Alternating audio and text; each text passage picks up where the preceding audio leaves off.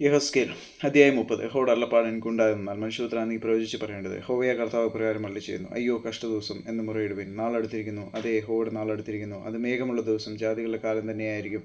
മിസ്രയീമിന്റെ നേരെ വാൾ വരും. മിസ്രയീമിൽ നിഹതന്മാർ വീഴുകയും അവർ അതിലെ സമ്പത്ത് അപഹരിക്കുകയും അതിൻ്റെ അടിസ്ഥാനങ്ങൾ ഇടിക്കുകയും ചെയ്യുമ്പോൾ കൂച്ചിൽ അതിവേദനയുണ്ടാവും.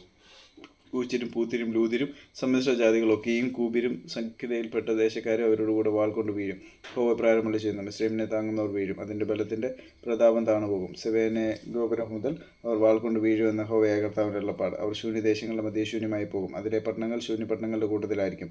ഞാൻ മിസ്രയീമിനെ തീ വെച്ചിട്ട് അതിൻ്റെ സഹായക്കാരൊക്കെയും തകർന്നു പോകുമ്പോൾ ഞാൻ യഹോവയെന്ന് അവർ അറിയും. ആ നാളിൽ ദൂതന്മാർ നിശ്ചിന്തന്മാരായ കൂശ്യരെ ഭയപ്പെടുത്തേണ്ടതിന് കപ്പലുകളിൽ കയറേണ്ടത് മുമ്പിൽ നിന്ന് പുറപ്പെടും.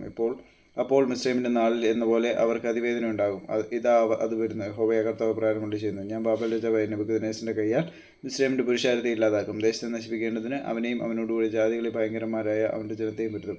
അവർ മിസ്രയീമിന്റെ നേരെ വാളൂരി ദേശത്തെ ദഹനന്മാരെ കൊണ്ട് നിറയ്ക്കും. ഞാൻ നദികളെ പറ്റിച്ച് ദേശത്തെ ദുഷ്ടന്മാർക്ക് വിറ്റുകളയും. ദേശത്തെയും അതിലുള്ള സകലത്തെയും ഞാൻ അന്യജാതികളുടെ കയ്യാൽ ശൂന്യമാക്കും. യഹോവയായ ഞാനത് അരുളി ചെയ്തിരിക്കുന്നു. യഹോവയായ കർത്താവ് പ്രാരംഭം ചെയ്യുന്നു. ഞാൻ വിഗ്രഹങ്ങളെ നശിപ്പിച്ച് അവരുടെ മിഥ്യാമൂർത്തികളെ നോഫിൽ നിന്ന് ഇല്ലാതാക്കും. ഇനി മിസ്രയീം ദേശത്ത് നിന്ന് ഒരു പ്രഭു ഉത്ഭവിക്കുകയില്ല. ഞാൻ മിസ്രയീം ദേശത്ത് ഭയം വരുത്തും. ഞാൻ പത്രോസിനെ ശൂന്യമാക്കും. സോവാന് തീ വെക്കും. നോവിൽ ന്യായവിധി നടത്തും.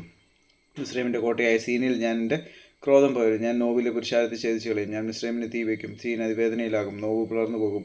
നോഫിന് പകൽ സമയത്ത് വൈരികളുണ്ടാകും. ആവേനിലെയും പി ബേസത്തിലെയും യൗവനക്കാർ വാൾ കൊണ്ട് വീഴും. അവയോ പ്രവാസത്തിലേക്ക് പോകേണ്ടി വരും. ഞാൻ മിസ്രയീമിൻ്റെ മുഖമൊടിച്ച് അവളുടെ ബലത്തിൻ്റെ പ്രതാപം ഇല്ലാതാക്കുമ്പോൾ തഹ്ഫനേസ് പകൽ ഇരുണ്ടുപോകും. അവളെ ഒരു മേഘം മൂടും. അവളുടെ പുത്രിമാർ പ്രവാസത്തിലേക്ക് പോകേണ്ടി വരും.